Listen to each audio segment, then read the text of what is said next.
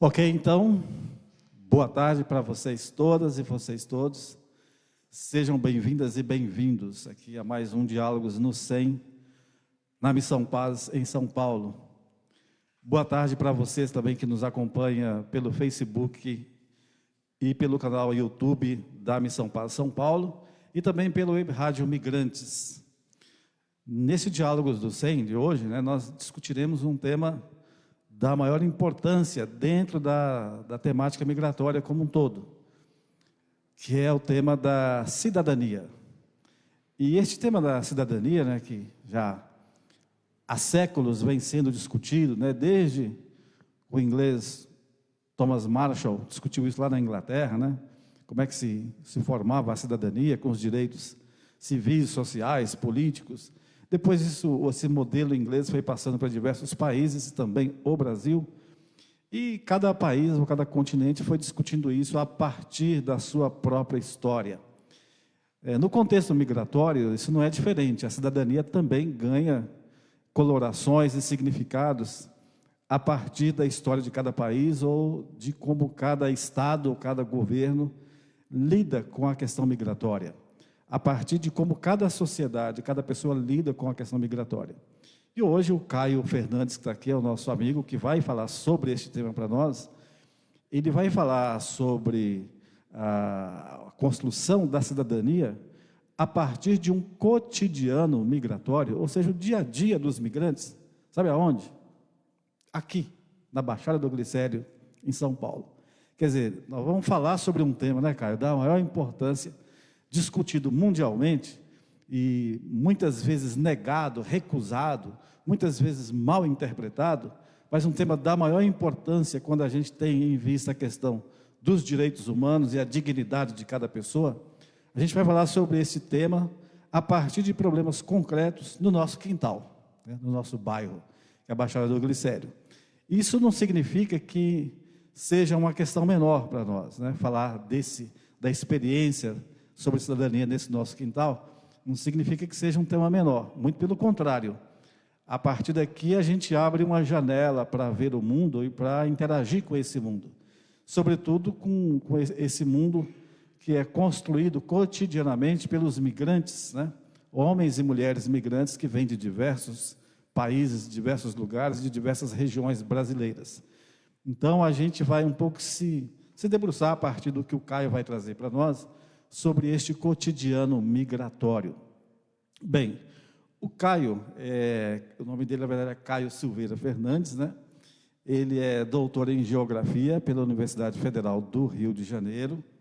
Neste momento ele está fazendo pós-doutorado no SEBRAP, aqui ligado à USP, E também faz parte do grupo de estudos e pesquisas Observatório das Migrações em São Paulo.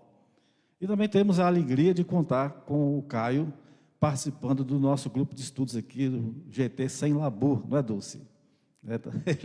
Ele participa com a gente aqui.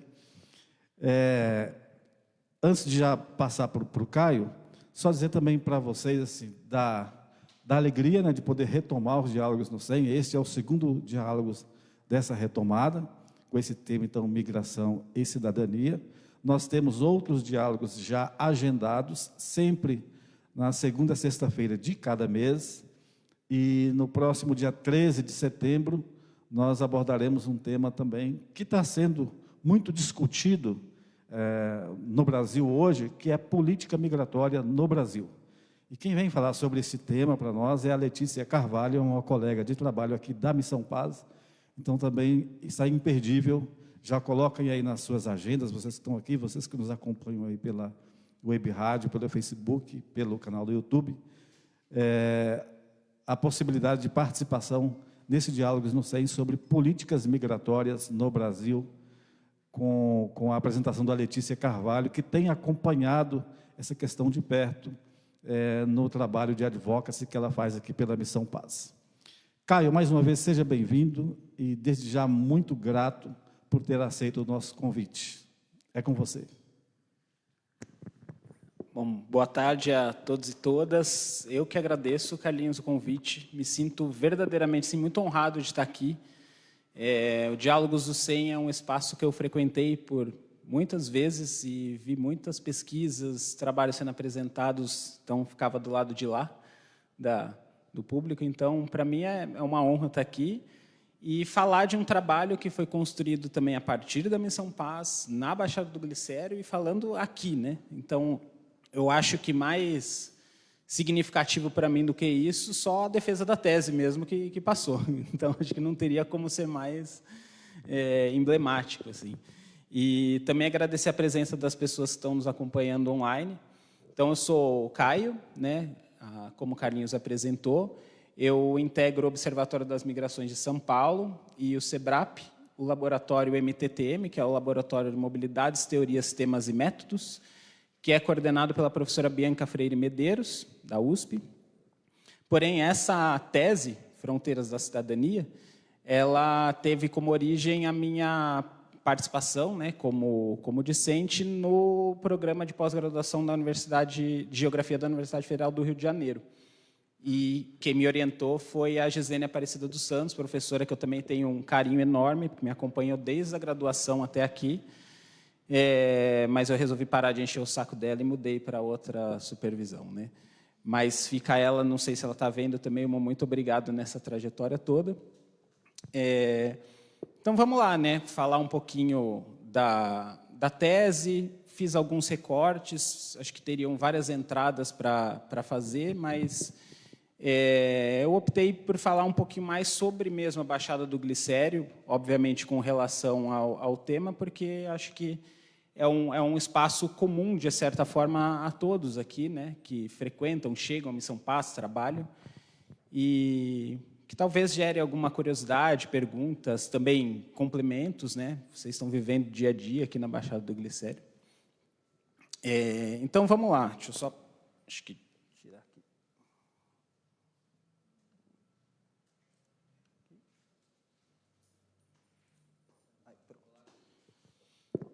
Então, vou explicar rapidinho o título, já contando um pouquinho da trajetória da pesquisa, dessa ideia, né, da Fronteiras da Cidadania. E quando eu falo que, de fato, essa pesquisa começou na Missão Paz, isso não é muito brincadeira, assim, né?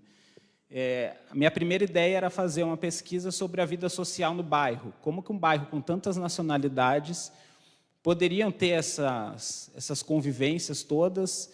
Quais eram essas mediações, os espaços de sociabilidade, de conflito também? Então, essa foi a minha primeira ideia. E conversando com o pessoal da Missão Paz, eles me recomendaram entrar em uma atividade voluntária justamente para ter contato com os migrantes e, a partir daí, começar a desenvolver a pesquisa.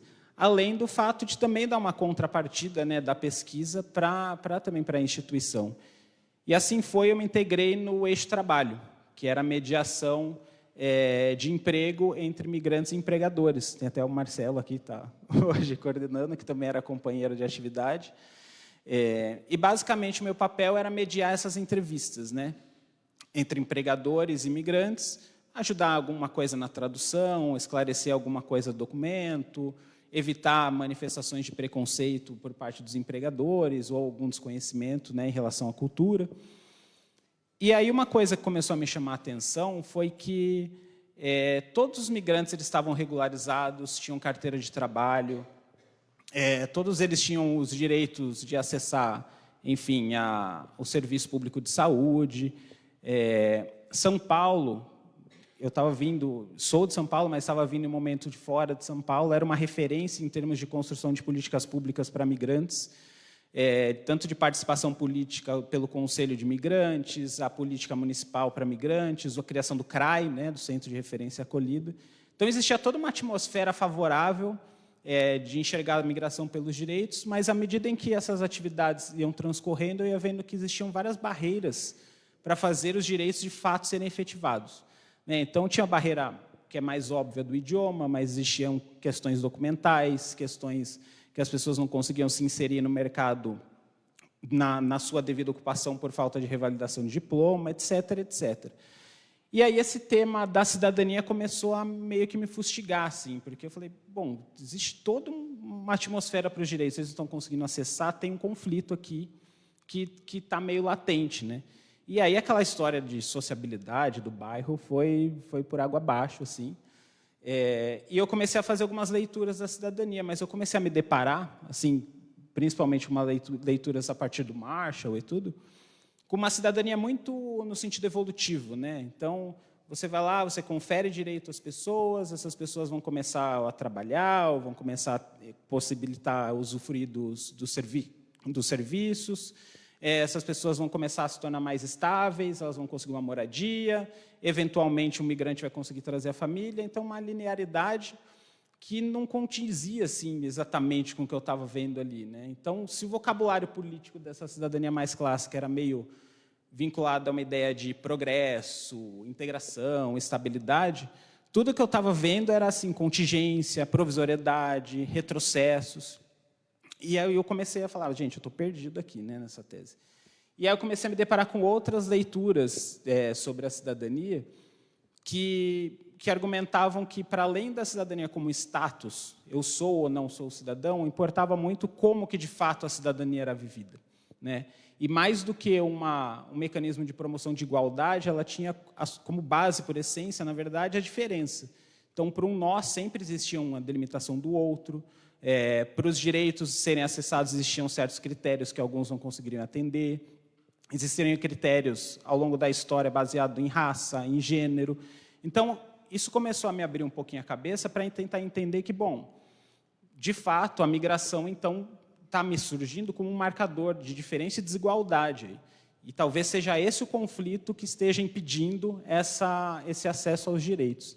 E assim foi. Daí surgiu o título de Fronteiras da Cidadania, que era justamente essas diversas fronteiras cotidianas que os migrantes iam enfrentando ao longo para acessar seus direitos.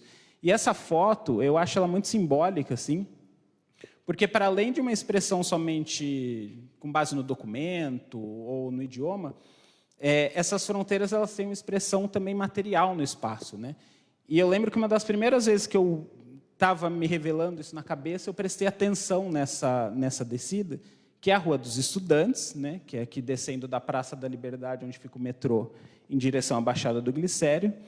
E aqui a esquina da Rua da Conselheiro Furtado, que é exatamente onde, para cá, se situa a liberdade turística, a liberdade onde as pessoas gostam de visitar, com todo o imaginário e indumentária também oriental e tudo mais. E, para o lado de lá, era o que eu ouvi muitas vezes fustigando com os comerciantes, assim, o lado que não valia a pena ver, o lado que era perigoso, não vai lá, não tem nada o que fazer ali, aqui é que tem a parte... Então, assim, me chamou a atenção como a própria constituição da Baixada do Glicério ela estava imbricada nessa proliferação de diferenças e desigualdades. E foi aí que eu comecei a falar, bom, então acho que eu vou começar um pouco por entender a produção desse bairro no contexto de urbanização e de modernização da cidade, né, de São Paulo.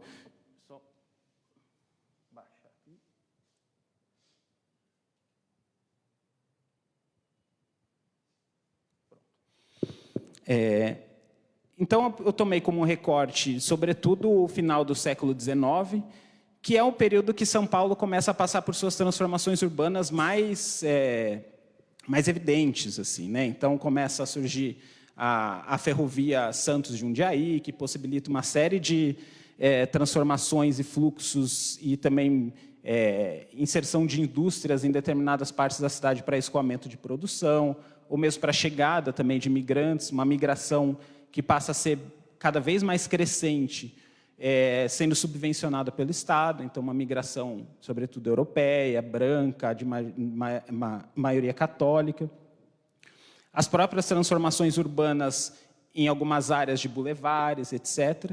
E a cidade de São Paulo, nesse período, ela passa de um, digamos, pequeno conglomerado no chamado Triângulo Histórico, né, que é basicamente ali a Praça da Sé e algumas adjacências, que era circundada por um cinturão de chácaras. Então, à medida em que a população vai crescendo, essa fragmentação desse espaço e a demanda por moradia vai fragmentando esse cinturão de chácaras. E a cidade começa a crescer da parte, digamos, mais da elite da cidade para o lado oeste, né, onde hoje, quem conhece é Santa Cecília, Bom Retiro, Luz. E o lado sul da Sé, que é justamente onde fica a Liberdade, a Bela Vista, era visto como um lugar assim, de ocupação de pessoas escravizadas ou ex-escravizadas, pessoas pobres, etc. e que, à medida em que ia sendo ocupada por populações empobrecidas, de imigrantes, crescia também o estigma sobre essa área, né? Então, esse cinturão de chácaras aqui da Liberdade, de Bela Vista, mas principalmente da Liberdade, ele começa a ter uma certa segmentação, né? A parte alta, aos poucos, vai sendo transformada num ponto de bulevares. A própria Rua da Liberdade, a intenção era transformar ela num grande bulevar, e a parte de baixo vira uma parte de interesse público, uma área de interesse público, uma área alagadiça, por onde passava o rio Tamanduateí, e, portanto, uma área onde se constroem várias dessas vilas de cortiços para essa população que passa a ser crescente na cidade. E, à medida em que isso vai acontecendo, a própria configuração espacial, né, a forma espacial do cortiço, ela vai servindo de referência estigmatizante. Então, assim, desde chefes de polícia até prefeitos, a elite da época associava muito fortemente os cortiços a lugares insalubres, de propagação de doenças, onde moram vagabundos, onde ocorre vadiagem, etc., etc.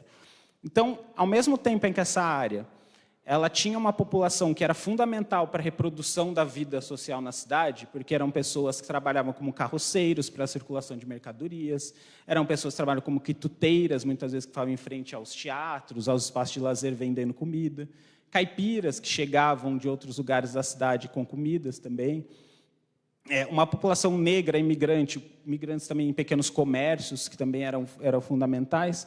Ao mesmo tempo que eles exerciam essa atividade, existia um certo estigma. Então, era sempre uma vida na fronteira, assim, né? Nas ambivalências entre ser parte da cidade, ao mesmo tempo ser estigmatizado e ser considerado uma chaga dentro da cidade.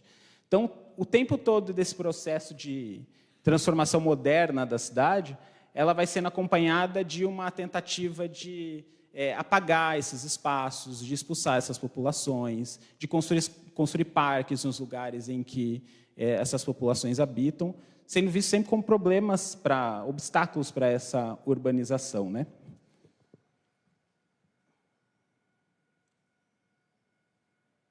E aqui eu trouxe duas passagens que, na verdade, eu peguei de 2 livros durante a tese.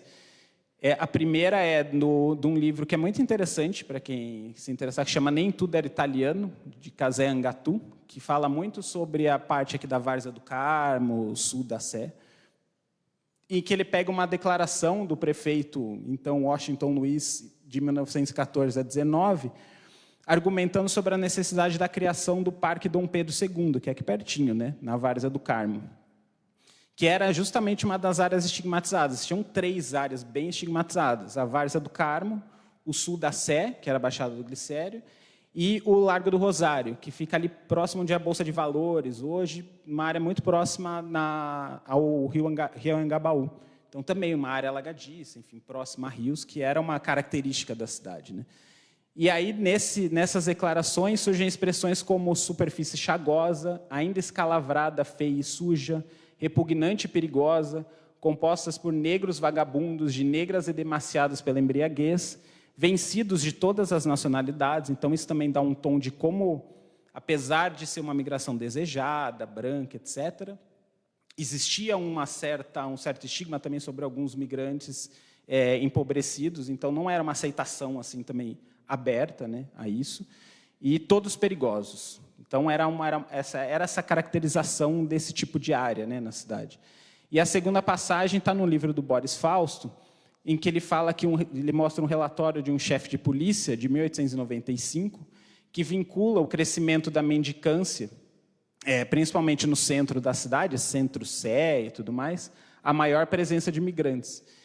E, inclusive, chegaram mesmo, a polícia, ele conta, a proibir a circulação de algumas pessoas nessa parte da cidade. Então, as pessoas eram literalmente proibidas de passar para o lado da Sé, o lado moderno, né, de São Paulo. E o relatório aponta justamente o sucesso em reduzir a presença dessas pessoas no centro da cidade, o, entre aspas, local por eles preferidos, como ele fala, né? Então, perceba que existia toda uma estigmatização desde o início da constituição de alguns espaços da cidade, principalmente a Baixada do Glicério, que tornava um tanto quanto difícil de você pensar em uma ideia de cidadania plena, né, no sentido que a gente pensa. pela própria caracterização territorial e das pessoas que moravam nesse lugar. E que, à toa ou não à toa, né, vai se reproduzindo ao longo do tempo, né? Então, não é à toa que, bom, migrantes brancos, europeus e tudo mais, mas também estigmatizados, uma população negra, que ainda é muito presente na Liberdade, na Baixada do Glicério, continua, e também não à toa existe um estigma ainda muito forte na Baixada do Glicério, né? E vários programas de tentativa sob o argumento de desenvolver, de revitalizar, etc., que são reatualizações, digamos, desses processos.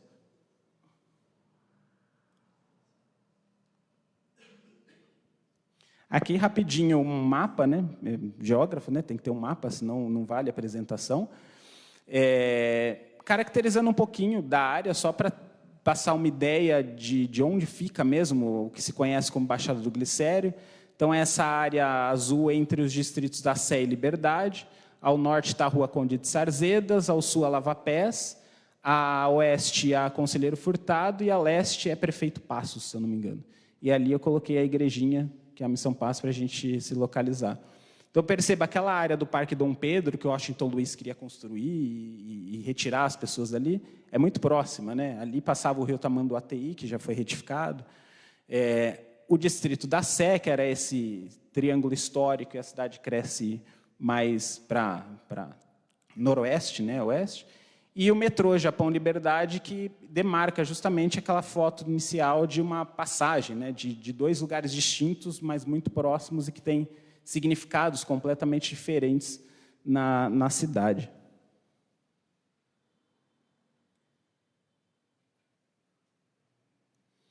Agora, tudo isso que eu falei de representação da Baixada do Glicério, da cidadania, etc., tudo, na verdade, que eu vou falar e tudo que está na tese, na verdade, é tudo ao contrário disso. Porque se a ideia era justamente ver a cidadania a partir da vida cotidiana das pessoas, então, ok, é importante ter essa representação e essa ideia, até porque existem práticas efetivas e materiais que levam essa representação a cabo, que interferem nesse cotidiano das pessoas, mas me interessava muito mais ver o cotidiano das pessoas a partir de suas trajetórias mesmo, né?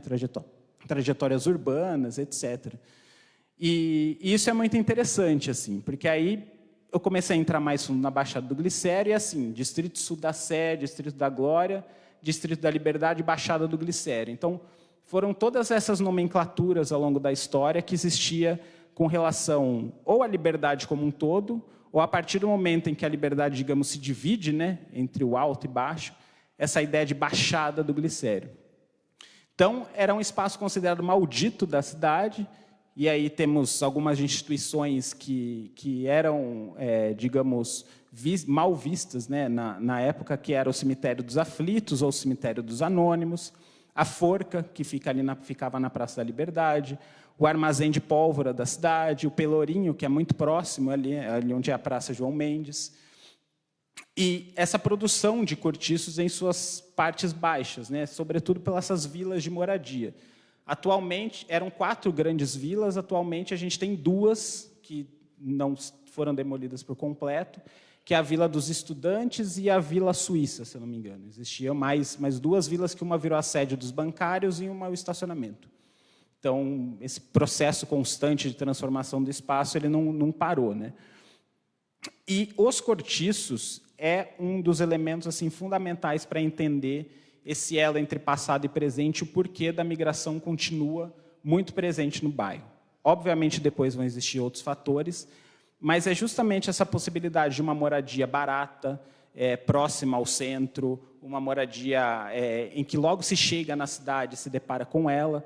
Durante a década, por exemplo, de 70, 78, o terminal rodoviário, até ser construído do Tietê, ele funcionou aqui na Baixada do Glicério, ali embaixo do viaduto. Então, pessoas que chegavam de Minas e do Nordeste paravam aqui. Então, era o primeiro posto que você chegava na cidade. Não à toa é um bairro ainda constituído com uma presença mineira e nordestina muito forte. Mas mesmo anteriormente, né? Era um lugar onde já existia uma presença de imigrantes, então operam-se essas redes de imigrantes trazendo as pessoas. Existiam muitas pensões e porões, onde muitos desses migrantes moravam e traziam as outras pessoas, muitas vezes fugidas das fazendas de café, etc. Então, o cortiço ele é um espaço central nisso, né? E ele vai ser um espaço central tanto por estigma, quanto para a possibilidade de uma vida mesmo dessas pessoas e inserção na cidade. E aí surgem, né, nessa época, final do século XIX e no século XX, sim, vários trabalhos apontando alfaiatarias, barbearias, cabeleireiros, botequins, bares, padarias, fábricas de massas, secos e molhados, dentre outros, que davam o tom que esse não era um lugar chagoso, perigoso somente, né?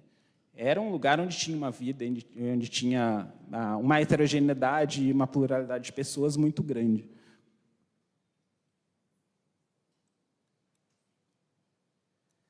E aí eu comecei a fustigar um pouquinho da vida social nessa época, né?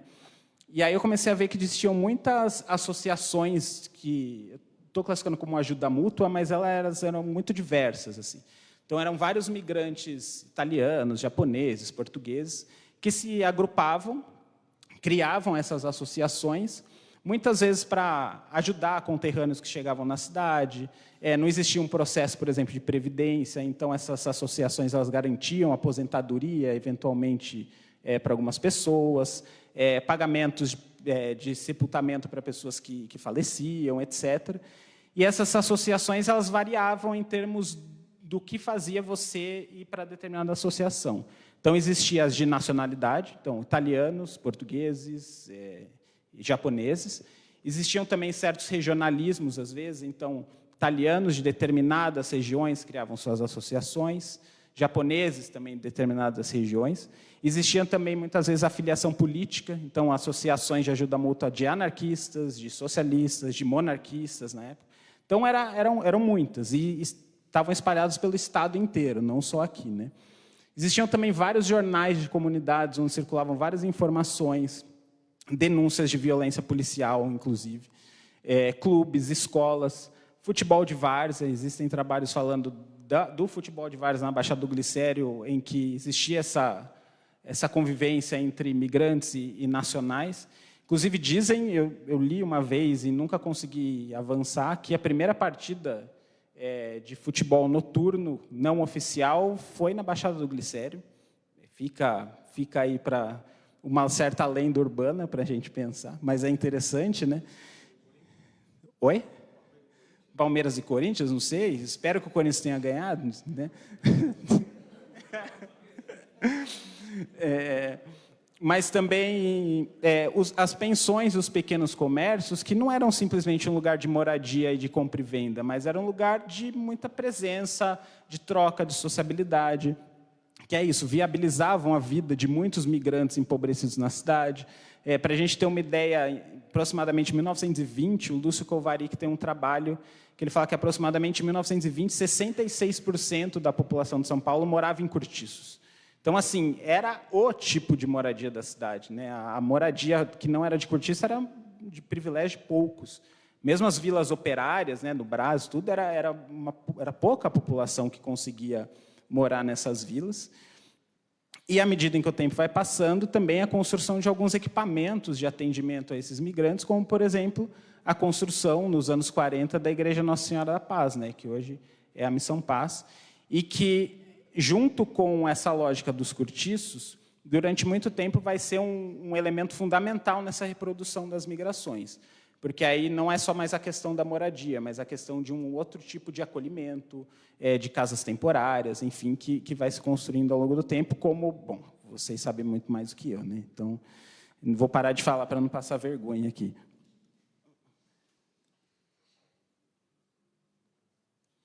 E aí, caminhando um pouquinho para a parte mais empírica da tese, para contar alguns causos mesmo, mais recentes, tem vários elementos desse de como acessar alguns direitos e tudo mais que são trabalhados na tese, mas eu peguei o recorte da moradia porque eu estava falando muito do cortiço, como ela entre passado e presente, e eu fui fazendo os recortes durante a tese, relendo, pensando nas diferentes e múltiplas formas do morar, né, na Baixada do Glicério atualmente. Então, os cortiços e as pensões, como eu falei, né, então, basicamente, acordos informais com os donos dessas pensões. Na época que eu fiz o trabalho de campo, girava em torno de R$ 500 um quarto. era o que os migrantes me falavam. Às vezes eles iam para o quarto e dividiam, então, para dividir o custo. E era muito interessante porque o cortiço também ele se transformava em um certo nó de uma rede para você entender várias outras articulações que não estavam só aqui na Baixada do Glicério, mas que mostravam uma forma de organização dos próprios migrantes para além, né?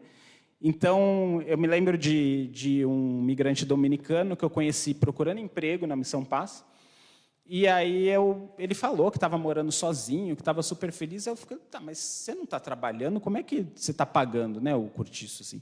Aí ele falou, não, na verdade, assim, um amigo meu, dominicano, que também estava desempregado, tá pagando com a ajuda da família que mora na República Dominicana. E aí, quando eu arranjar um emprego, aí a gente vai pagar de vez. Eu falei, não, tá bom.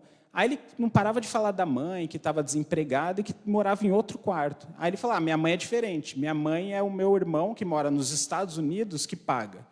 Então, aí isso começa a abrir todo um outro conjunto de relações que você vai vendo que, como esses direitos eles vão sendo muitas vezes efetivados por essas vias informais, né? E não só porque é difícil de alugar, também, né? É difícil se alugar um quarto, uma casa formalmente, até para nós. Mas porque o cortiço também cabe muito bem nos próprios projetos migrantes, muitas vezes, que são moradias, se você quiser sair do dia para a noite, você vai embora. Se você conseguir um acordo informal um pouquinho mais barato com o outro ali, você vai para lá. Então, isso te permite uma certa agência em torno disso. E essas articulações transnacionais aparecem de forma fundamental assim, na reprodução do bairro, né, que é uma coisa que foi aparecendo assim, ao longo da tese. Também um outro migrante cubano, que a trajetória dele, enfim, ele era músico, tinha toda uma questão de dificuldade de emprego, estava aqui também procurando emprego. E aí a gente estava conversando, ele foi me contando a trajetória de moradia dele na cidade desde quando ele tinha chegado em São Paulo. E aí ele tinha chegado na Missão Paz, ficou 3 meses, né, que é o prazo, o limite.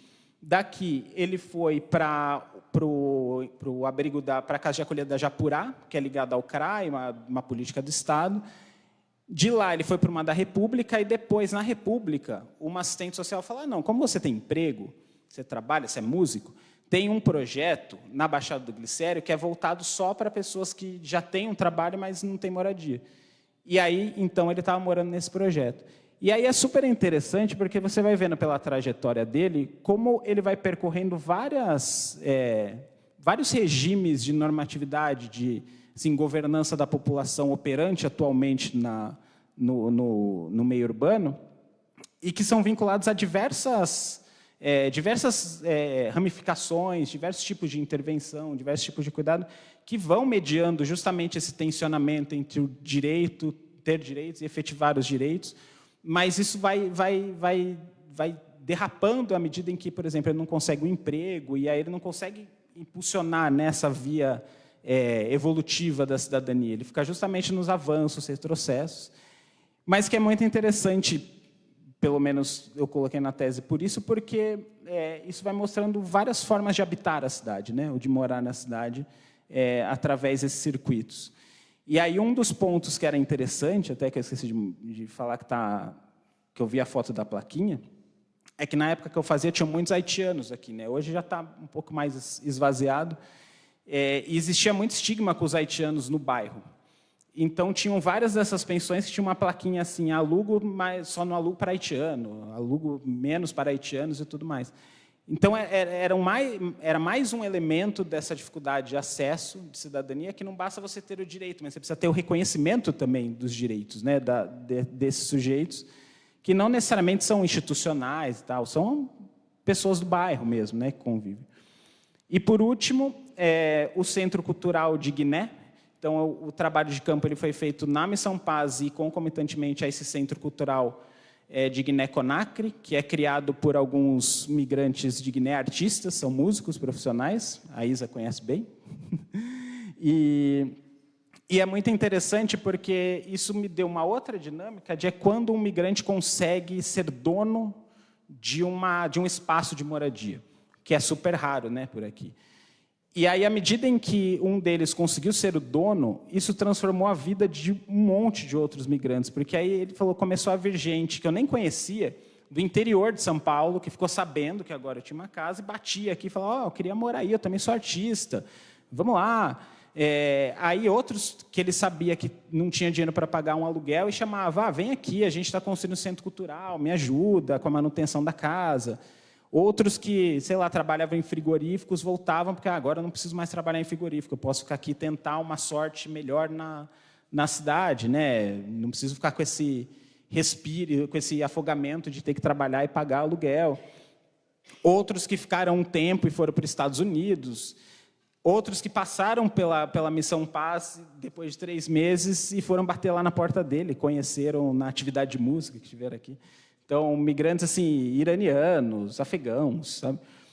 Que é outra coisa interessante, porque eu falo, mas como é que vocês se comunicam, né? Tudo no celular, assim, eles escrevem e ficam falando um para o outro no celular. Eu falo, gente, é uma loucura. Eles resolvem a vida deles ali Então, é um outro tipo, né, de moradia que apareceu, mas que era fundamental para mostrar outros arranjos.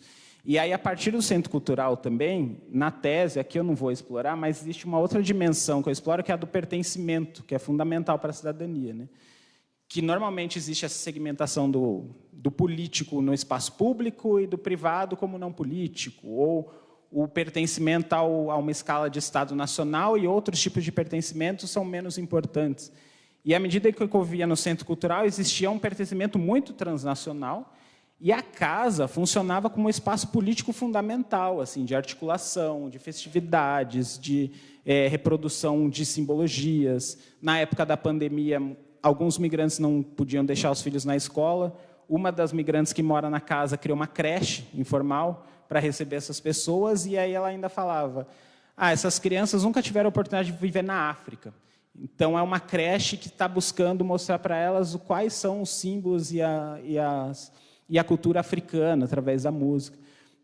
Então, é super interessante também pensar nessa lógica da casa dos migrantes, né? E como que eles vão constituindo outras possibilidades de cidadania, etc.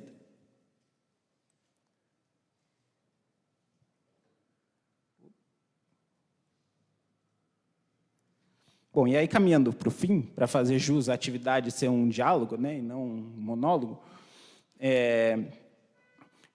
o que a gente ganha, né? No final das contas, eu fiquei pensando muito isso na tese, assim, mas o que a gente ganha se a gente enxergar a cidadania não por esse lado evolutivo, mas a partir das vivências? E aí, algumas coisas que eu fui desenvolvendo assim, de argumento na tese, sempre uma coisa assim, é muito interessante a partir desse olhar, você vendo, identificando vários feixes de mediação, que se você olhar só pela lógica institucional, você não vai conseguir enxergar, né? Mas que eles são fundamentais assim, para esse acesso aos direitos, e eles explicitam as formas pelas quais a cidade, no fim, está organizada. E como a migração opera, né, nessa lógica cotidiana, de como ela vai se reproduzindo, etc. Também uma dificuldade de ficar em umas leituras muito assim, dicotômicas, de dentro e fora, pertencer ou não pertencer, incluído ou incluído. São muito mais as nuances assim, que vão aparecendo, sabe? Atores informais, formais. Não é uma leitura romântica, não existem coisas só boas, né? A gente sabe, principalmente nesses mercados formais, de moradia, de trabalho, etc.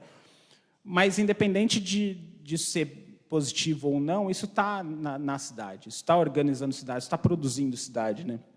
Isso é interessante de perceber. Tem um livro, O Encantado das Ruas, do Luiz Antônio Simas, não sei se vocês conhecem, que ele fala ele estuda muito essa coisa das encruzilhadas, né, sociais.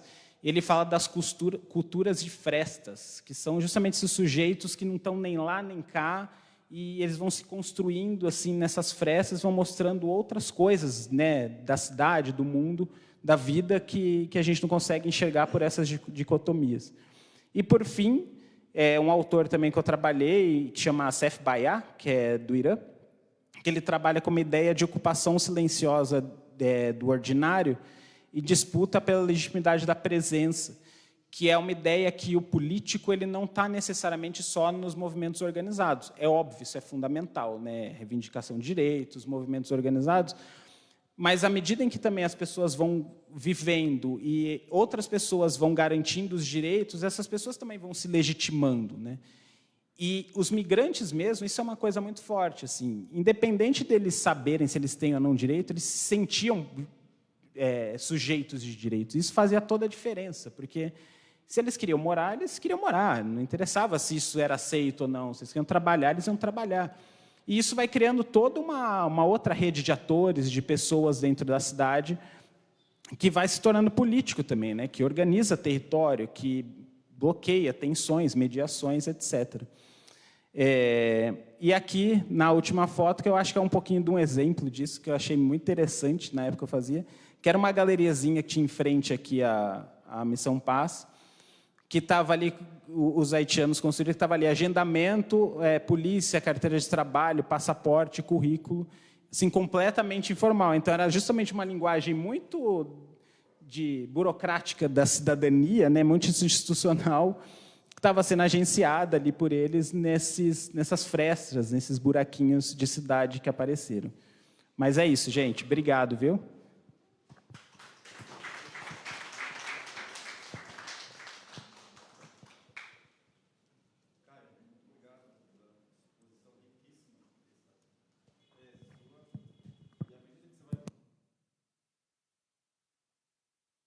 Opa, está desligado, né? Bom, eu dizia, né, para vocês que estão acompanhando aí pela Rádio Imigrantes e pelo Facebook da Missão Paz e também pelo YouTube, e para as pessoas aqui presentes, e agradecendo o Caio pela exposição brilhante, né, da tese dele, e à medida que você vai falando, né, da tese, vai aumentando na gente a vontade e a curiosidade de ler o trabalho completo.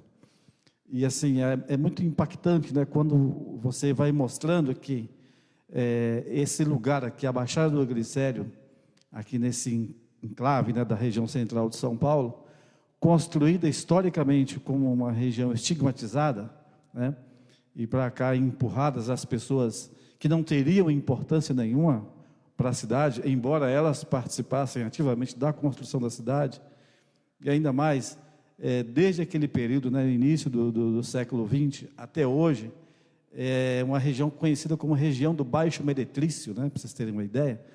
Como que uma região, né, com esse histórico de estigmatização profundo tem também dentro de si, nas suas entranhas, né, todo esse processo de vida, né, que os migrantes constroem aqui cotidianamente, apontando para essas novas formas de construção e de acesso aos direitos de cidadania, né? Então, acho que assim, é uma revelação muito rica que você traz nessa sua tese e que mostra, né, mais uma vez, e com muita propriedade, que a luta por direitos se dá no dia a dia. E muitas vezes não se pode esperar que venha a coisa lá de cima. Ela nasce daqui de baixo mesmo, né? Na vida, nos cortiços, nas ruas, né? Ou ali, como você mostrou, naquela vendazinha da galeria, o sujeito lá fazendo várias possibilidades de agendamento. Enfim, acho que é uma tese que precisa que a gente leia, aprenda mais com você e com elas, e sobretudo com os migrantes. Eu abro aqui para vocês, quem quiser comentar ou fazer alguma pergunta, no microfone, por gentileza. O microfone está aqui, o Miguel está mostrando, porque tem pessoas nos acompanhando pelas redes sociais, né? E aí é importante que elas ouçam também o que vocês estão pensando, comentando ou perguntando. Está aberto aqui. Eu só peço que se dirijam até aqui e se expressem.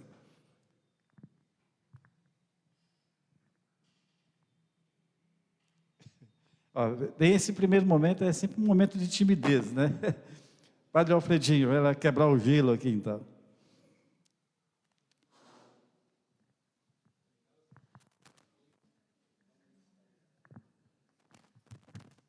Vamos ver se está ligado aqui, né? Está ligado. Gente pequena não sabe. Caio,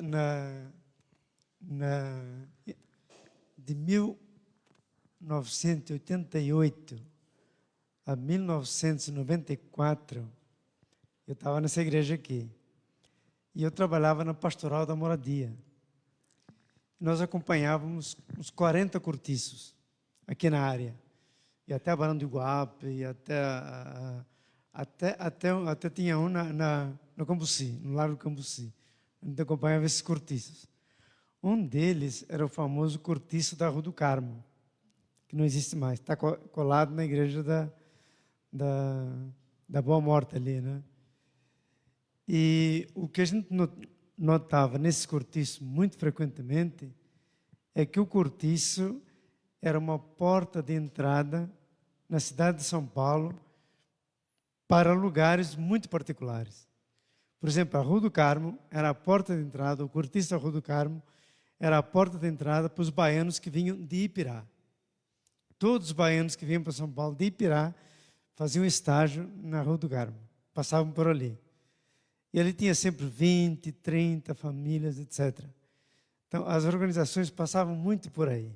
O Laica, eu lembro que eu viajei uma vez para Ipirá, me deram um monte de coisa para levar daqui para o pessoal de lá. Depois, quando eu voltei, um monte de queijo e salame, não sei o quê, para trazer para cá, para o cortiço. É. Então, além da organização aqui, a organização com os lugares de origem.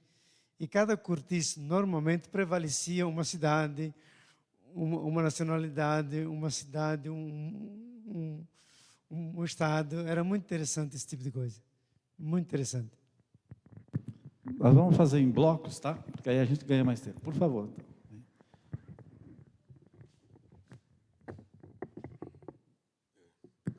Obrigado, Padre Alfredo. Obrigado. Caio. Não, eu queria dar um depoimento enquanto imigrante. Eu sou imigrante. E eu tenho acompanhado várias associações de imigrantes atuais. E eu sempre faço questão de mostrar para o imigrante, porque eles normalmente chegam quase que pedindo desculpa de ter invadido o país, entendeu? E aí eu faço questão de dizer, não, mas esse país é um país de imigrantes. Os únicos que não são imigrantes foram dizimados, que são os indígenas. Todo mundo é imigrante aqui, né? Os indígenas foram dizimados, os imigrantes compulsórios, né? Os negros, africanos, também eram considerados cidadãos de segunda categoria, e todo mundo que tem preconceito contra imigrante imigrou também. Nós não temos ninguém na boa sociedade da gente nativo. E aí, assim, eu faço questão é quase que dar as boas-vindas para os imigrantes. Né? Bem-vindo. Esses que te colocam do lado de lá da fronteira também são imigrantes. Né? Só para ter detalhes, eu, enquanto imigrante,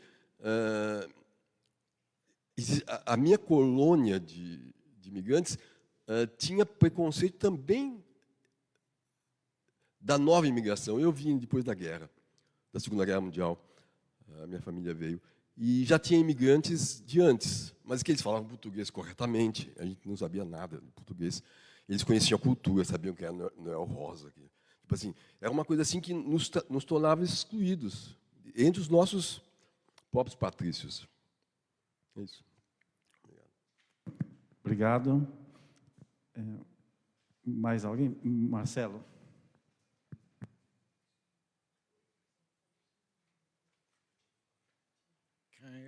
Prazer revê-lo, assim, o meu companheiro, como estamos juntos aqui na Missão Paz. Eu queria fazer duas perguntas, na verdade. Né? Como que você vê esse processo de gentrificação que está acontecendo aqui no bairro? Que, bem, assim, a gente vê mudanças nítidas, né? Talvez até com contribuição dos migrantes, dos pequenos negócios aqui em volta da Missão Paz. Né? Mas você vê já prédios novos sendo construídos, né? E a limitação, no nosso programa de trabalho, a gente procura encontrar alternativas de moradias para os migrantes. A gente vê o preço já das moradias lá em cima, eles não conseguem mais ficar aqui no bairro, eles têm que morar cada vez mais longe daqui do centro. Então, uma pergunta é essa. E a segunda é como você vê assim, um outro viés, talvez, de integração, de cidadania, que é, talvez até contraditório esse movimento de desenvolvimento aqui do bairro, a questão da atuação do crime organizado no bairro, porque é uma outra fonte de estigmatização do bairro. Então, são essas duas perguntas que eu gostaria. Obrigado, Marcelo. Quer comentar essas três? Depois a gente vê se tem mais alguma.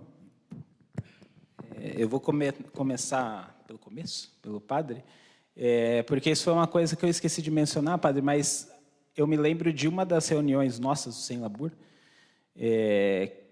que você comentava muito sobre esse cotidiano que você vivenciava enquanto padre aqui, e depois, enfim, escreveu o livro. O livro é muito bom para quem não conhece.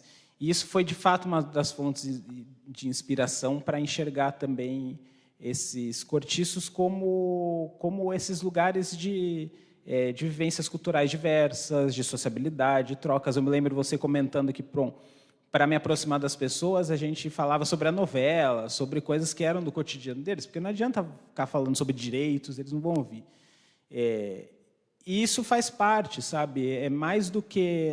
são pessoas que, olha, não ligam para a política, não se interessam por coisas realmente relevantes. Não, esse processo por si que eles estão se organizando, isso é extremamente político, né? Extremamente potente.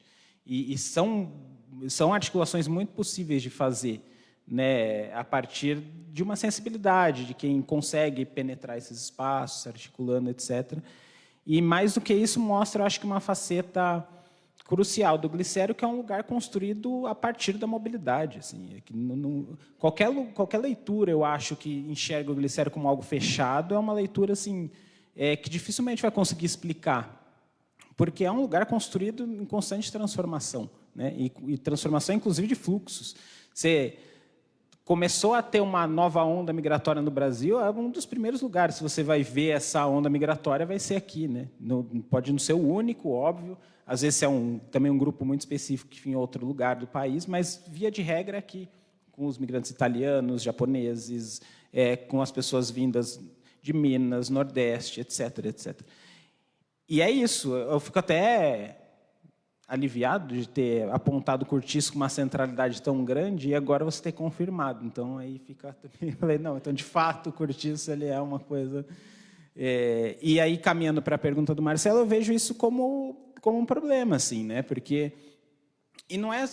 Acho que, assim, gentrificação, existem milhões de debates com isso, então a gente já sabe quais são, de fato, os problemas, mas pensando desse ponto de vista de uma destruição de uma possibilidade de reprodução social, sabe, de determinados sujeitos mesmo. Independente de... claro, as moradias não são salubres, é um lugar que não é, sabe, muito bom de morar, etc., mas isso permite que coisas surjam, sabe, que gostos diferentes de cidade apareçam, que novas possibilidades... E aí a cidade vai se reivindicando cada vez mais uniforme, né, através desse processo de gentrificação. É tudo muito assim, o padrão, os tipos de prédio. Quando eu fazia trabalho de campo aqui, várias dessas casinhas foram demolidas. O que está acontecendo também com o centro inteiro, de certa maneira, né, de São Paulo. Bom, essa cidade foi construída a partir dessas demolições, né? A música do Adoniran não é à toa, já faz tempo que ele está cantando mas eu acho que é isso, eu vejo com muita tristeza, assim, porque é um sentido único de cidade, sabe, que surge, um não reconhecimento desses sujeitos como parte da cidade, que são reatualizações desses processos históricos, né? Mudam as palavras. Se antes era civilização, vem progresso, desenvolvimento, os processos são os mesmos, os sujeitos são os mesmos, os lugares são os mesmos, né? E o estigma a partir do crime, eu acho que é uma realidade do bairro, sabe? Embora ele não seja uma realidade somente daqui, inclusive de lugares de alta classe, né? Já tem muitas pesquisas que mostram que esse trânsito financeiro, por exemplo, do lícito para o ilícito, essas relações, elas atravessam assim, cadeias imensas em São Paulo. Só que é isso, o estigma vai ficar, como não é só aqui em São Paulo, no Brasil, nos lugares empobrecidos, nas favelas, nos lugares... Mas existe. E é um dos pontos sensíveis de produção de legitimidade de outros atores, à medida em que essas pessoas não conseguem acessar direitos, acessar coisas pela via institucional. Tem quem garanta justiça, tem quem garanta paz, né? Paz, justiça, liberdade para determinados sujeitos, onde antes era visto como um caos.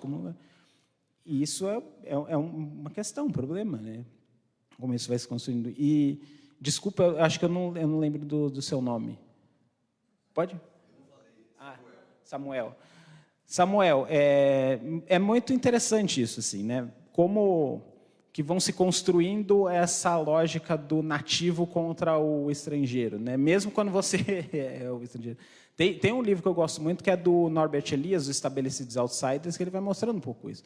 As pessoas são de fora, mas elas estão há mais tempo, então elas se sentem como parte daquilo e você vai meio que negando aquele espaço para as outras pessoas.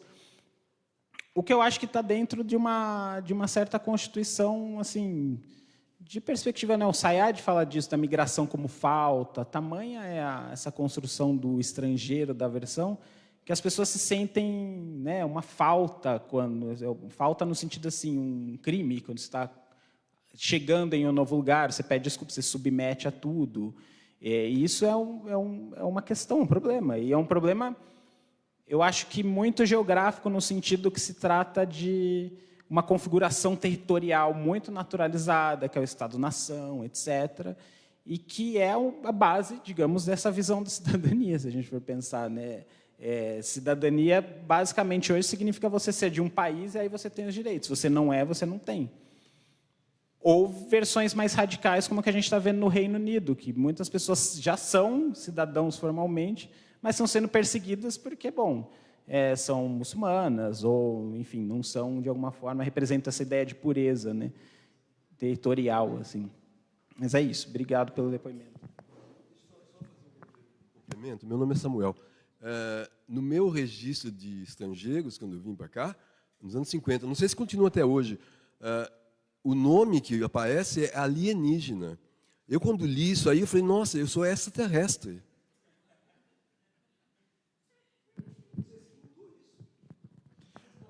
Mudou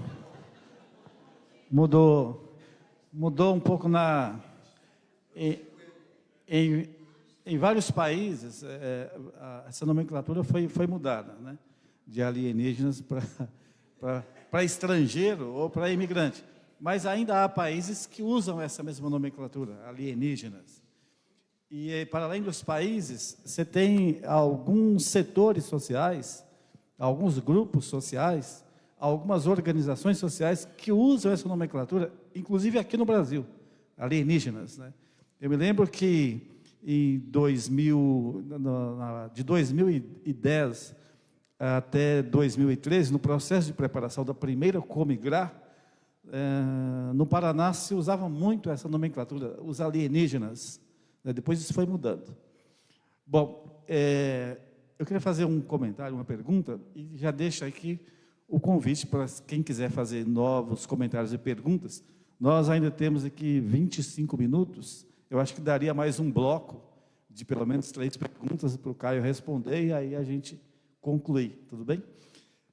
Caio, então é o seguinte, quando você traz, né, essa leitura, essa observação, de que ao longo desse processo histórico, os diversos migrantes que passaram aqui pela Baixada do Glicério, desde os migrantes nacionais internos, sobretudo vindos do Nordeste, dos vários estados do Nordeste, e os migrantes vindos de outros países, né, da África, mas lá no início também do século XX, que você colocou, também da Europa, né, italianos, mais recentemente agora os haitianos, os venezuelanos e tal, num espaço, né, territorial, que então estigmatizado, totalmente discriminado. E essas pessoas então conseguem reverter essa situação, não que resolvam efetivamente o problema para uma habitação digna ou salubre, né? Não que resolvam o problema do acesso ao trabalho formal, a espaços de lazer, de tratamentos de saúde e tal, mas de alguma maneira elas vão construindo aqui os seus próprios territórios, vão criando dinâmicas próprias que dão a elas esse acesso de cidadania, né? Alguns direitos de cidadania. Bom, eu fico pensando muito também naquilo que o Henri Lefebvre fala, né? das brechas que as pessoas utilizam no cotidiano para poder furar ou para poder romper com essas barreiras, sobretudo de políticas institucionais ou de grandes projetos de grupos econômicos que as impedem de acessar uma melhor qualidade de vida ou que efetivamente as impedem de mostrar e de exercer o seu protagonismo histórico. Então, se vão criando brechas ali. Meu comentário, ou mais ou menos pergunta, é assim, que a ação dessas pessoas, seja isolada, ou seja através dos grupos, ou através de associações, você citou aí diversas associações de imigrantes, e depois a própria criação, fundação da paróquia Nossa Senhora da Paz, que a gente poderia chamar aqui, então, essas associações, a paróquia, de redes informais de proteção social. Informais de proteção social porque elas não estão necessariamente ligadas a uma política de Estado, não estão necessariamente ligadas a uma política de governo, né? Então, algumas delas podem até receber recursos públicos, mas a rigor não compete a elas, né, prestar esse serviço. Seria um serviço do Estado, o Estado teria que prestar. Mas o papel dessas redes informais de proteção social, incluído aí os grupos de imigrantes e as suas próprias associações, eles jogam um papel fundamental na construção dessa cidadania, não sei se é um exagero de chamar cidadania às avessas, já que ela não é promovida necessariamente pelo Estado ou por instituições governamentais, mas ela é promovida, né, através da ação individual desses migrantes ou de suas organizações, que eu estou chamando aqui, e algumas pessoas chamam de redes informais de proteção social. Então, nesse contexto, eu queria, se você falasse um pouco, como é que esses migrantes de Guiné-Conakry acessaram esse prédio, esse casarão, e o transformaram num centro cultural? Porque me pareceu aí que esse centro cultural, ele funciona como uma espécie de aglutinador e, ao mesmo tempo, de pivô para essas diversas ações que vão aí apontar para o acesso a essa cidadania. Não sei se eu falei demais também. Então, assim, né? Benê? Então, vamos fazer o último bloco com eles, então.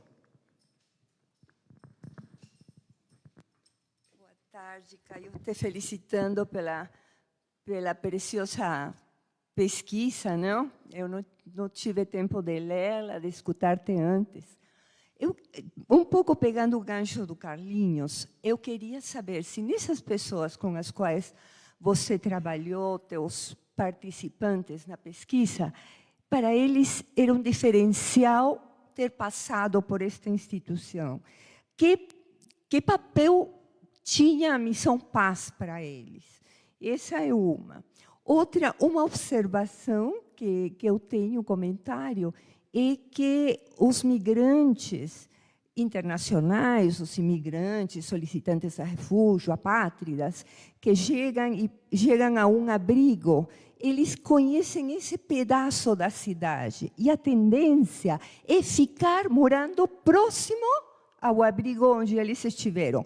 Isto principalmente para aqueles grupos que ainda não conhecem a seus pares do próprio país, porque quando um grupo nacional está constituído em determinado bairro, e isso já é publicitado, eles se dirigem lá, depois de ter passado pelo abrigo, né? Então, não, que papel jogava a Missão Paz, e outra, se você também constatou isso. Por favor.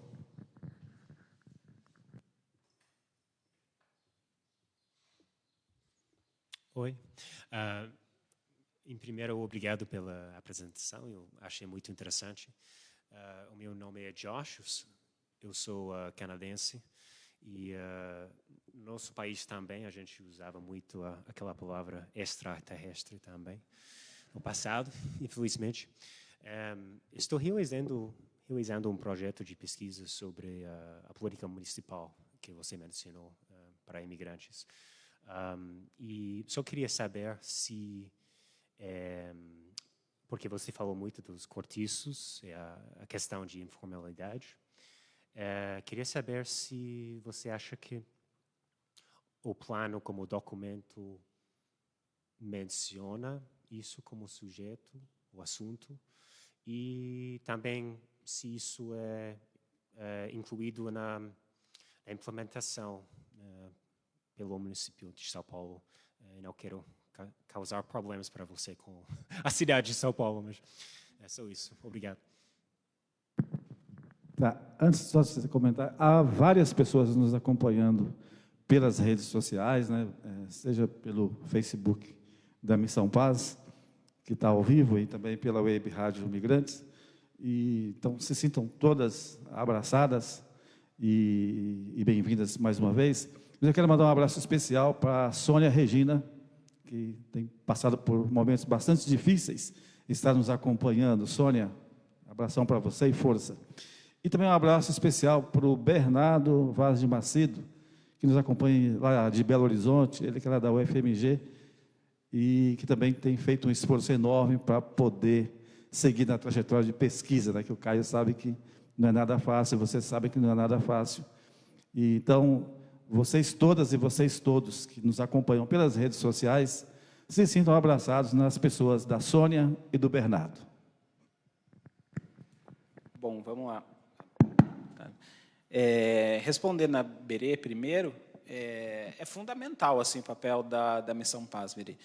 E de diferentes maneiras. Assim. Existe desde o primeiro contato, de chegar na Missão Paz, e aí, claro, vai variar da maneira, né, que chega, como chega, por quais vias. Por exemplo, imigrantes venezuelanos que chegam muitas vezes já de uma maneira dirigida pela Operação Acolhida, ou pessoas que, sei lá, muitos haitianos que eu conversei que já passavam por aqui, já informavam, outras pessoas já sabiam. Esse migrante cubano que eu acompanhei, ele já pesquisou antes de chegar a São Paulo, ele já sabia da existência, ele já chegou e já veio para cá, para documento, etc. Mas mesmo após esse primeiro processo, assim, né, tinham muitos migrantes que continuavam vindo para procurar emprego, que passou pela aula de português, passou por essa retirada de documentação e tudo mais, e continuavam vindo buscando justamente, digamos, fazer esse salto, né, dessa cidadania mais evolutiva mesmo, e que era um papel fundamental que a Missão Paz exercia, assim, né, e ainda, porque e a gente sabe que não é 100%, obviamente que não, mas é um importante tensionamento nessa tentativa de fazer esses direitos virem para essa via institucional, sabe? Era muito importante. Agora, existia pelo menos das pessoas que eu acompanhei, existia existia um segundo momento, digamos assim, que era, bom, eu ou consegui um emprego e tudo mais, digamos, todas essas necessidades básicas foram satisfeitas, aí dificilmente apareciam na Missão Paz novamente, a não ser que tivesse criado vínculos com algum funcionário, ou fizesse parte de alguma das paróquias, como as Filipinas, né, que vêm frequentemente para cá. Mas também existiam pessoas que não tinham passado no primeiro momento, e inclusive o pessoal do Centro de Cultura de Guiné. Era interessante, assim, porque, respondendo o Carlinhos, foi basicamente, tem na tese, vou ficar fazendo propaganda, depois vocês vão lá e leem. Tem um artigo também que é menor, então é mais fácil. Mas foi um migrante que conheceu uma brasileira em Guiné, ela ficou grávida, eles vieram para cá, e em determinado momento eles se separaram, uma relação super amigável e tudo sem problemas, só que ele não tinha uma casa específica, né? E aí essa esposa dele tinha uma amiga que tinha esse espaço que estava ocupado por pessoas ligadas ao crime. O resto da história vocês vão lá e leem, se vocês quiserem saber a continuação. Resultado, deu tudo certo, ele conseguiu ficar como dono da casa, essa casa de fato hoje pertence a ele e tudo mais, ele pôde criar o centro. Então esse, por exemplo, vou avançar mais, só para te responder, do sentido da moradia daqui por perto. Tem de tudo, tem pessoas que ficavam por aqui, né, principalmente algumas ocupações que tem aqui próximo, mas tem gente, sei lá, boa parte, a gente estava conversando ontem, o Padre Paulo vai para os Estados Unidos, vai para Santa Catarina, para o interior, circula muito, né? Então, eu acho que não existe eu não me deparei muito com uma ideia muito de fixidez assim dos migrantes, sabe? Era uma ideia muito existia, quem queria ficar, mas era uma eu tô aqui por enquanto, era uma coisa assim, enquanto estiver bom, se não tiver, não sei para onde o dia de amanhã, assim, né? E aí o centro, Carlinhos, nessa lógica informal, né, uma rede informal, eu acho que sim, mas eu acho que é um espaço de trânsito entre esse formal e informal também, sabe? Eu acho que não é uma lógica que opera somente na informalidade, nem completamente na formalidade. Então, tem desde essas ajudas... Tem um caso emblemático, assim, que eu acho que vai ilustrar isso. Que em um determinado momento, uma pessoa migrante, que nem morava na casa, ficou muito doente, e esse migrante acolheu, porque o marido abandonou e tudo mais, ela ficou sozinha e acolheu. E o processo de cuidado dessa pessoa foi feito todo nesse trânsito formal e informal. Então, utilizavam as estruturas do SUS, existia todo esse cuidado, mas a vaquinha para conseguir recursos, as relações de vizinhanças para trocar momentos de cuidado quando eu não podia ficar porque eu ia trabalhar e outra pessoa. Então, isso funcionava numa lógica bem nessa encruzilhada, digamos, nesse trânsito. E eu acho que essas associações informais que eu fui percebendo mais operam mais ou menos desse jeito, assim, sabe? Tentando, de alguma forma, entrar nessa parte informal, mas, enfim, uma vez que não é possível. E eu acho que é bem legal esse processo do Centro Cultural, porque, por exemplo, eles trabalham por demandas, né, a maioria deles. Um deles só toca na Orquestra Mundana Refúgio, que é um trabalho mais fixo, mas a maioria é por demanda. E hoje eles vão tocar no Sesc. Então, você vê como uma lógica bem informal e tudo mais, você está conseguindo chegar em determinados lugares da cidade para um outro público, né, para um outro tipo de entretenimento, e são pessoas que moram na Baixada do Glicério, com todo esse estigma, essas coisas. Então, você vai transitando entre esses diversos códigos, sabe? Isso é muito, muito interessante assim, de perceber, mas sim, elas são fundamentais assim para essa reprodução da vida dessas pessoas, né? Para responder a sua pergunta, pode ficar tranquilo que você não vai me botar. Acho que já teria muitos problemas com a cidade de São Paulo ao longo desses anos. Mas não, o cortiço não aparece na política, de fato, até porque assim não é porque o cortiço ele de certa forma garante não, né? Mas ele possibilita uma inserção em determinados lugares da cidade, que ele seja também o ideal, né? Assim, do ponto de vista de uma política apoiar os cortiços. O que talvez poderia acontecer, e eu acho que até caminhando na linha do Marcelo, é a política ser um pouco mais incisiva com relação a uma pressão, por exemplo, de patrimonialização desses lugares, sabe? De exigir do Estado uma reforma desses lugares, torná-los mais salubres, mais adequados, e garantir, de fato, uma moradia popular para essas pessoas, seja nos cortiços, seja nesses vários Minha Casa Minha Vida que estão saindo no centro da cidade, que, na verdade, é a classe média que está comprando, né? Então, acho que mais esse sentido, assim, sabe? Não exatamente o cortiço, mas a moradia como uma questão para se pensar.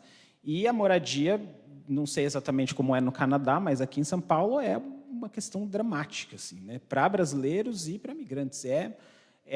Talvez um dos conflitos mais latentes é o conflito pela terra em São Paulo, assim, pela moradia.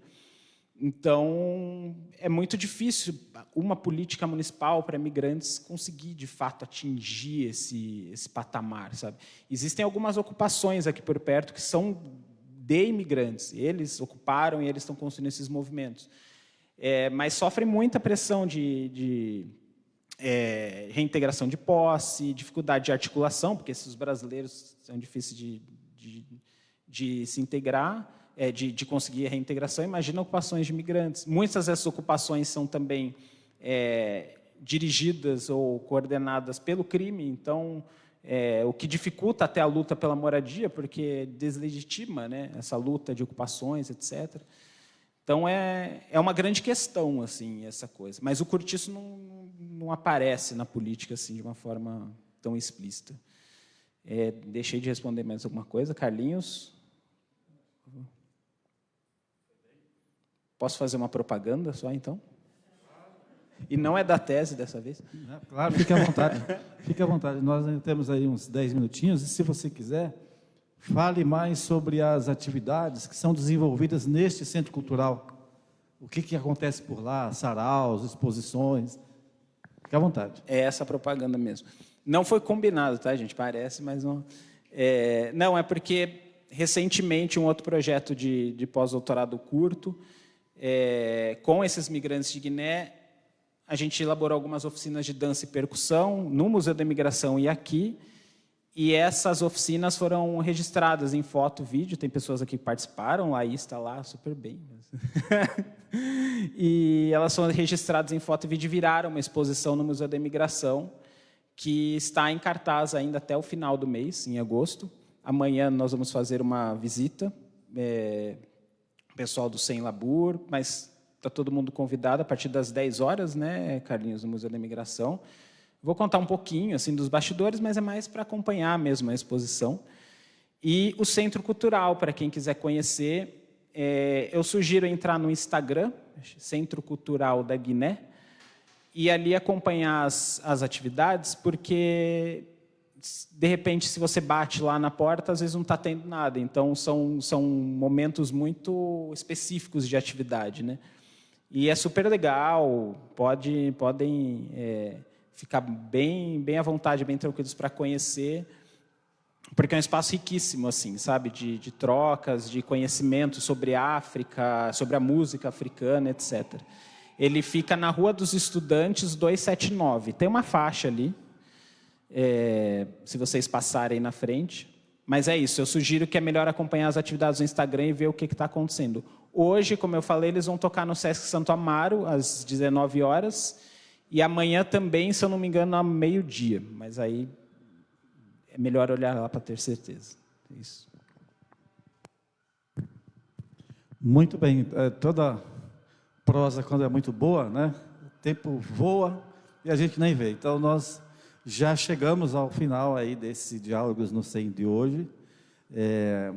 Eu quero renovar aqui os meus agradecimentos em nome de todos os padres aqui da Missão Paz, o padre Antenor, o padre Paolo, o padre Alfredinho, o padre Irmani e os demais colegas que trabalham aqui, pelo seu aceite do convite, né, para fazer esse Diálogos no 100 com a gente e trazer aqui a experiência, né, sua de pesquisa e os dados, né, as revelações que você encontrou no trabalho de campo que resultou na sua tese. E também agradecer a presença de todas e todos vocês aqui hoje também, as contribuições que vocês trouxeram com perguntas e comentários. Diálogos no 100, a proposta é sempre essa, de fazer uma coisa mais dialogada, um diálogo entre a academia, a universidade, os movimentos populares, as pastorais sociais das diversas igrejas e as demais pessoas interessadas. E para nós, né, discutir esse tema, né, migração, é muito caro, né, já que a gente lida diretamente com os protagonistas desse tema, que são os migrantes e as migrantes, as pessoas refugiadas e tal. Então, assim, é com uma gratidão especial que a gente, então, aí reforça para você esses agradecimentos de ter participado conosco, contribuído. E, desde já, convidar vocês para participarem do próximo Diálogos no 100, que será no dia 13 de setembro, aqui mesmo, né? Às 14 horas, e esse Diálogos no 100 será feito com a Letícia Carvalho, a nossa colega aqui de trabalho da Missão Paz, que trabalha no setor de advocacy. Ela vai falar, ela está ali no fundo, ali, né, sorrindo, ela vai falar sobre política migratória no Brasil. Ela tem acompanhado de perto, né, este processo de construção de uma política migratória no Brasil, que vem lá desde o século XIX até hoje, está aí, sempre passando por mudanças profundas, ora avançando, ora recuando, né, Letícia? Mas sempre com muitos desafios para os migrantes e para quem trabalha com os migrantes, e também para os pesquisadores e pesquisadoras compreenderem isso. Quero agradecer ao Miguel Almada, que está ali, e que é o responsável, então, para que esse Diálogos no 100 alcance um público, né, que não esteja presente nessa sala, que é o pessoal que nos acompanhou aí pela Web Rádio Migrantes, pelo Facebook da Missão Paz e o canal da Missão Paz no YouTube também. Exatamente, o Miguel está dizendo que o Diálogos no 100 fica gravado, né, seja no Facebook, no YouTube, e também no site da própria Web Rádio Imigrantes. Então, se você quiser ouvir depois ou revisitar a discussão, está acessível lá. Eu finalizo aqui, tem hoje de manhã a gente estava falando sobre Aracy Moebius de Carvalho Rosa, foi esposa do João Guimarães Rosa, escritor brasileiro, e a Aracy de Carvalho, ela trabalhou como secretária no consulado brasileiro em Hamburgo, na Alemanha, justamente no período da Segunda Guerra Mundial, né? E ela ajudou a fazer a documentação para que várias famílias de judeus pudessem sair da Alemanha e vir para o Brasil. Então, a gente estava falando sobre isso, e eu me lembrei de um versinho, viu, Caio, do Guimarães Rosa, que está no livro Tutameia, e num conto chamado Barra da Vaca. Esse conto, Barra da Vaca, ele conta a história de um migrante, que sai de uma cidadezinha e vai para outra, e na outra cidade, como ele é desconhecido, ele é sempre visto como o perigoso, né? O clandestino, aquele que veio desestabilizar a vida da comunidade. Até que a população da comunidade se organiza para expulsá-lo do local, né? Então, eu não vou dizer mais sobre o conto, porque vocês vão ler lá. Se chama Barra da Vaca, está no livro Tutameia. Mas o versinho que eu vou dizer é a epígrafe deste conto, e ela é atribuída a um touro, e é mais ou menos assim.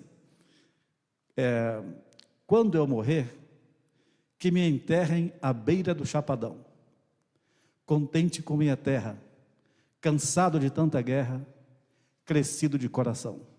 A luta pela cidadania vai um pouco nessa direção aí, né? Que é uma luta permanente, constante, em que a gente, às vezes, sobretudo os migrantes que estão necessitados, sofrem muito com isso, mas se entregam de corpo e alma, crescem como pessoas, até conquistar um pedacinho do território. Então, esta epígrafe atribuída a um touro, eu penso que dialoga muito com essa luta pelo acesso aos direitos de cidadania, que até hoje no Brasil, né, é uma luta em construção.